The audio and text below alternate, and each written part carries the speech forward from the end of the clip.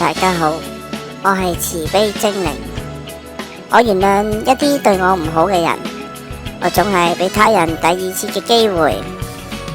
我人生嘅原則係慈悲，而唔係報仇。當人選擇寬恕嘅時候，佢哋嘅動機同埋行為就會變得正向，同埋減少負面。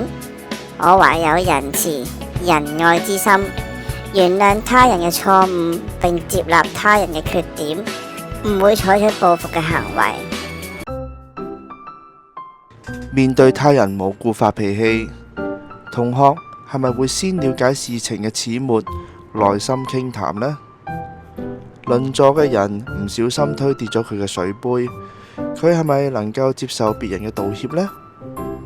面對他人嘅惡作劇，同學係咪能夠用解決問題嘅心向老師講出佢嘅遭遇呢？